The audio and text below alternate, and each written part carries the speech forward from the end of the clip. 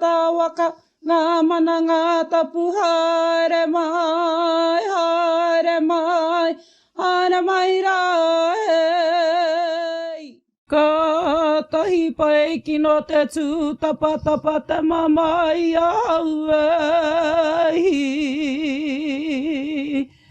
Turu turu te ao, turu turu te pō.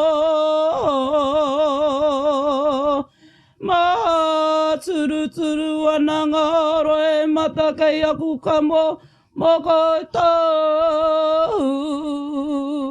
Kua riro ki tu o pae nuku o pairau.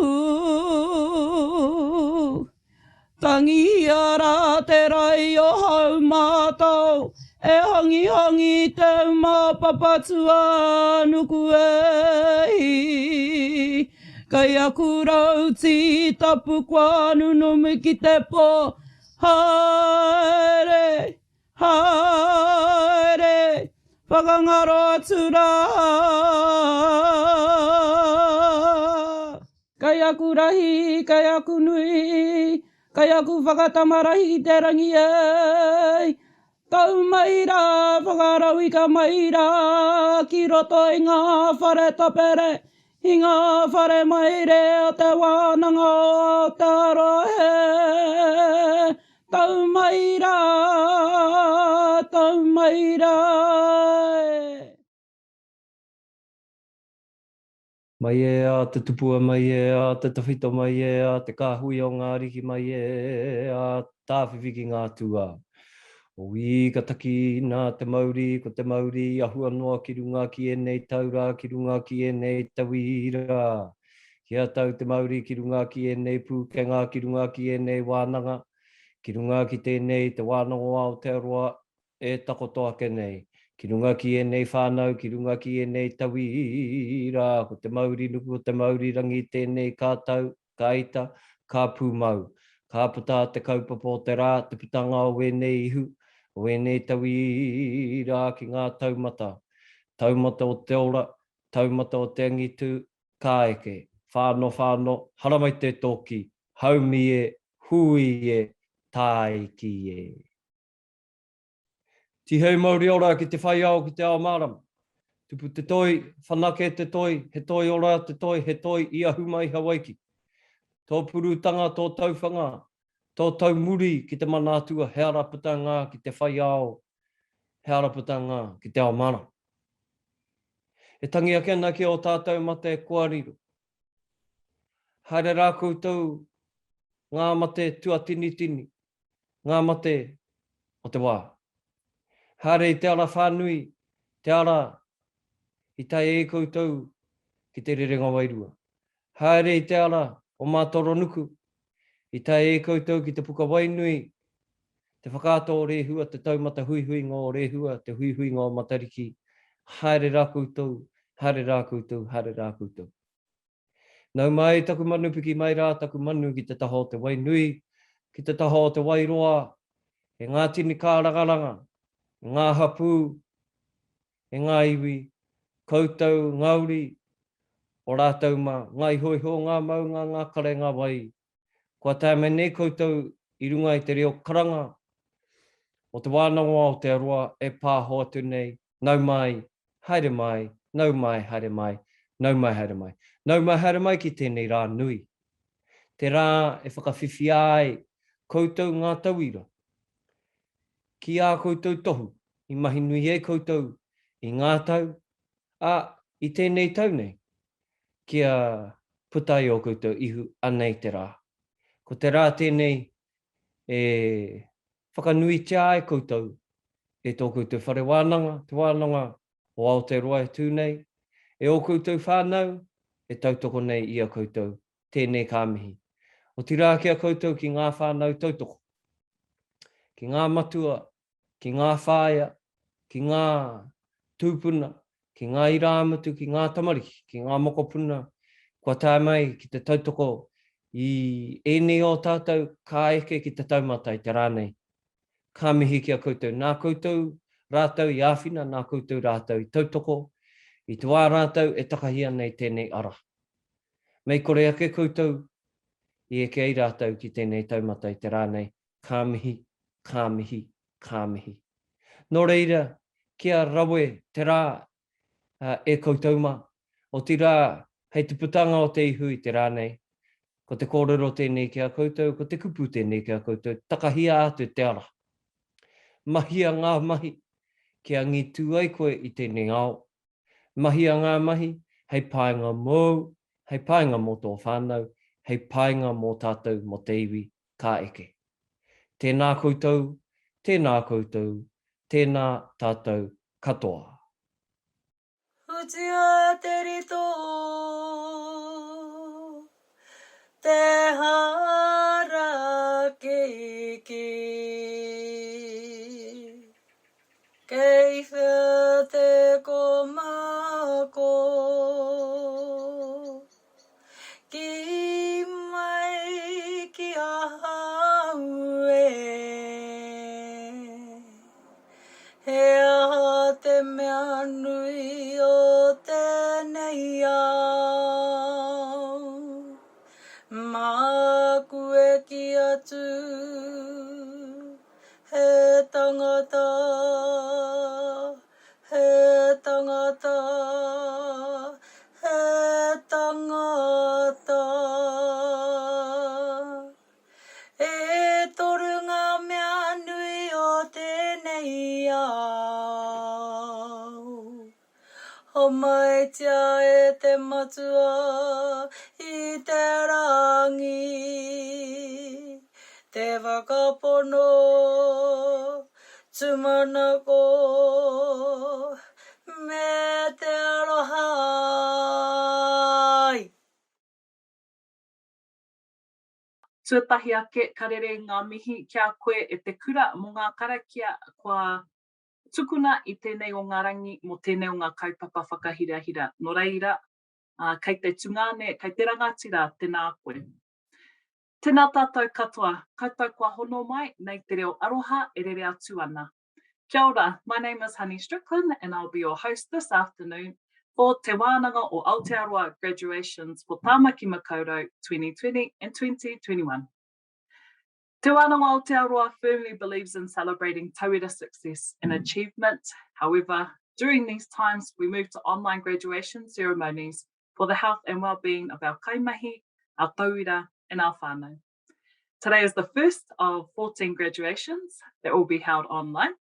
And in this session, we celebrate the success of Tauira that are graduating with their tohu for Te Whāinga o Te Ao Tikanga Level 3. Before we commence with presentations, we'll cross over to Tracy Chapman, Aukaha Kahutaupua, to address our graduating Tauira, whānau and viewers. I ngā reo, e ngā mana, e ngā iwi.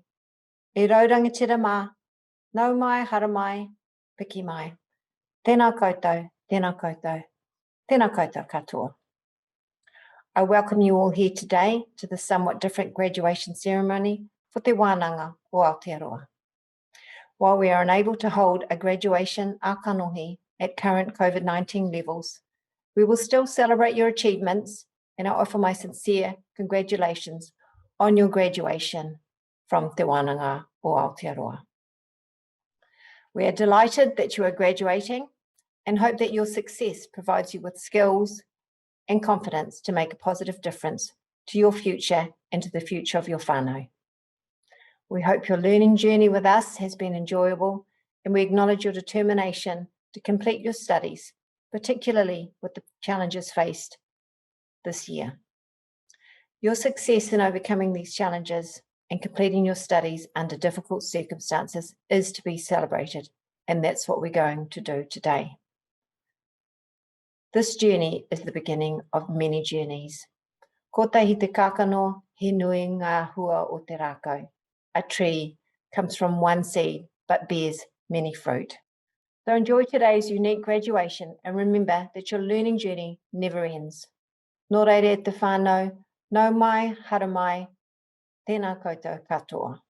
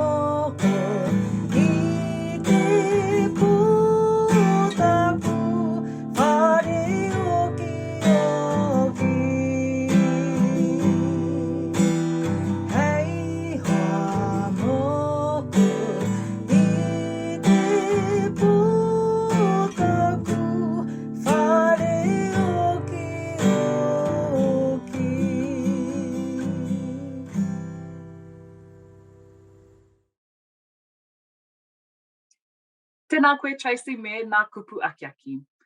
I'd like to cross over now to Vanessa Eparaima, Chair of Te Mana Whakahaere, to read the oath for our graduating Tauira of Te Whāinga, Te Ao Tikanga, Level 3. Papaki kawana ngā tai o aroha, rere nei te au o whakamanawa I te moana nui o te ngākau, ki tēnā tai whānga, ki tēnā koanga wai, ki a koutou I ngā maunga whakahi, I ngā awa whakatere tanewha, tēnā rā koutou katoa. Firstly, I'd like to acknowledge and welcome you all here today to your graduation ceremony and offer my sincere congratulations to you and your whānau upon your graduation with Te Wānanga o Aotearoa. As the chair of Te Mana Whakahaere, I take great pride in each and every one of you and the very real changes that many of you have made in your lives. You are the embodiment of our vision of whānau transformation through education. This last year I know has been challenging for all of us, but none more so than you, our Tāmaki whānau.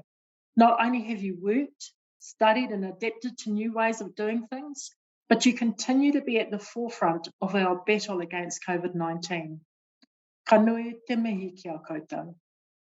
COVID-19 will continue to be an issue for us all in the coming months, and we are regularly reviewing what we do and how we do it to ensure that you, our Tauira, continue to receive, no matter the medium, an education rich in the foundations of mātauranga Māori. Today, however, is about you. It's about celebrating with you and acknowledging the faith that you have in yourself and in your ability to design your own future. We here at Te Wānanga o Aotearoa just feel very honoured and privileged to be a part of your journey. So thank you for choosing us. So again, my warmest congratulations to you all. Have a wonderful, wonderful day. You so deserve it. It now gives me great pleasure to read the following oath. I te mana kei runga I au mai, I te kainihira, ara mai I te mana whakahaere o te wānanga o Aotearoa, me te whakatau a te kainihira, ka tū tēnei ko Vanessa Eparaima, te himana o te mana whakahaere, ka whakawhiwhi atu I ngā tohu ki ngā tauira kua eke I a rātou ngā paearu o tēnei wānanga. By the authority vested in me by the Council, Te Mana Whakahaere of Te Wānanga o Aotearoa, and by resolution of Council, I, Vanessa Eparaima, Chair of Te Mana Whakahaere, award the diplomas and certificates stated to those who have satisfied the requirements of this wānanga. Congratulations again. I'm so pleased for you all, and thank you so much for all your hard work and your faith in us. Please, everyone, honour our graduates with your applause. Kia ora. Tēnā koe, Vanessa. Without further ado, we will cross over to Talia Thompson to call on graduating Tauira of Te Whāinga of Te Ao Tikanga Level 3 to be awarded with their tohu.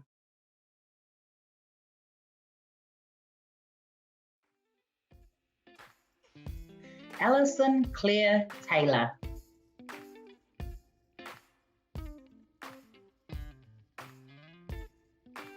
Brent Dale Druskovich.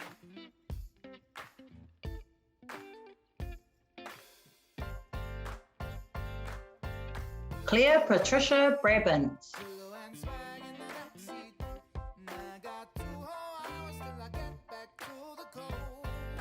Deborah Elizabeth Yates.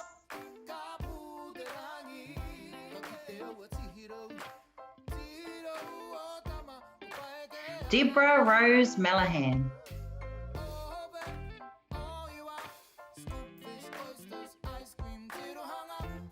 Emma Catherine Griffiths.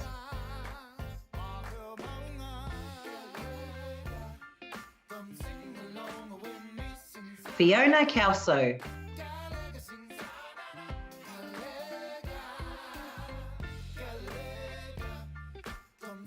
Jian Wang.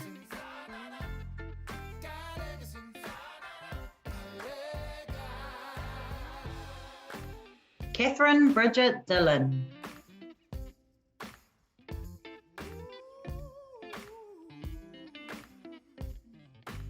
Catherine Ann Wakely.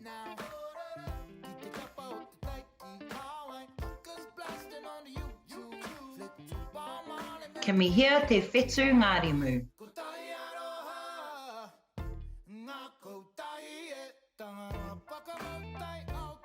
Lachlan Adair Griffiths.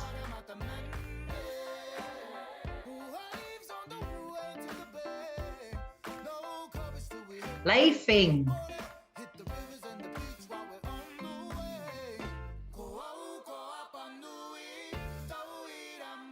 Lucy Caroline McGrath.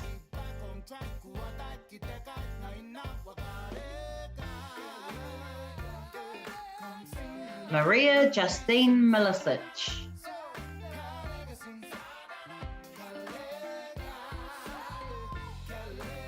Mary Treese Miller Mason.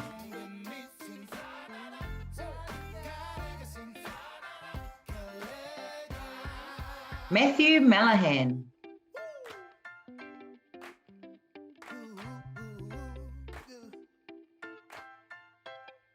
Peter David Selwyn.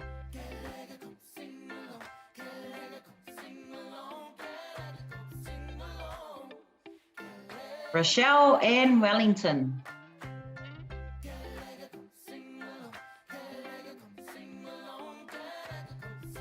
Sarah Ann Norrie.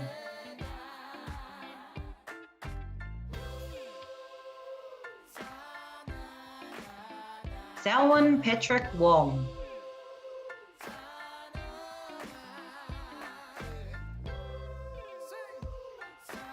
Susan Caroline Wells.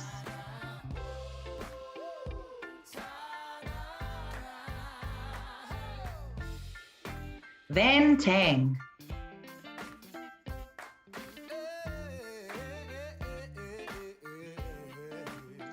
Eugenia Golya-Yiba.